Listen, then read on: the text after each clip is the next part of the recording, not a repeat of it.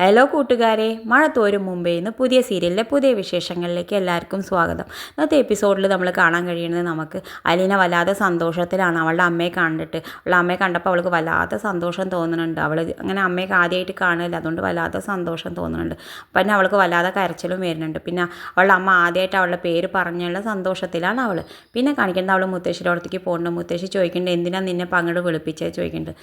മുത്തശ്ശിയുടെ മോൾക്ക് കാണാമെന്ന് പറയുന്നുണ്ട്. അപ്പം കണ്ടിട്ട് എന്താ വൈജ പറഞ്ഞതെന്ന് പറയുന്നുണ്ട്. അപ്പോൾ മുത്തശ്ശിയുടെ മോൾക്ക് എന്നെ ഇഷ്ടമായിട്ടില്ല എന്ന് പറയുന്നുണ്ട്.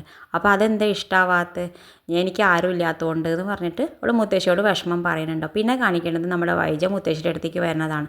വൈജയോട് മുത്തശ്ശി ചോദിക്കേണ്ടത് എന്താണ് അലീന ഇഷ്ടമില്ലാത്ത, അവൾക്ക് ആ പറയാൻ അമ്മയും അച്ഛനുണ്ടോ, അവൾ നല്ല രീതിയിലല്ലല്ലോ ജനിച്ചിരുന്നത്, നല്ല രീതിയിൽ ജനിച്ച ആര്യനെ അനാഥാലയത്തിൽ കൊണ്ടേ ആക്കില്ലല്ലോ എന്നൊക്കെ വൈജ മുത്തശ്ശിയോട് പറയുന്നുണ്ട്. പിന്നെ കാണിക്കുന്ന അലീന മുത്തശ്ശിയോട് പറയണതാണ്. മുത്തശ്ശിയോട് പറയേണ്ടത്, മുത്തശ്ശി ഇങ്ങനെ ജനിച്ചതിൻ്റെ കാരണം ഞാനാണോ, എന്നെ ജനിപ്പിച്ചവരല്ലേ എന്നെ കൊണ്ടായി അനാഥാലയത്തിലാക്കിയത്, അപ്പോൾ അവരല്ലേ ഇതിൽ കുറ്റക്കാരെന്നൊക്കെ പറയുന്നുണ്ട്. അപ്പോൾ മുത്തശ്ശിക്ക് ആകെ വിഷമമുണ്ടത് കേട്ടിട്ട്.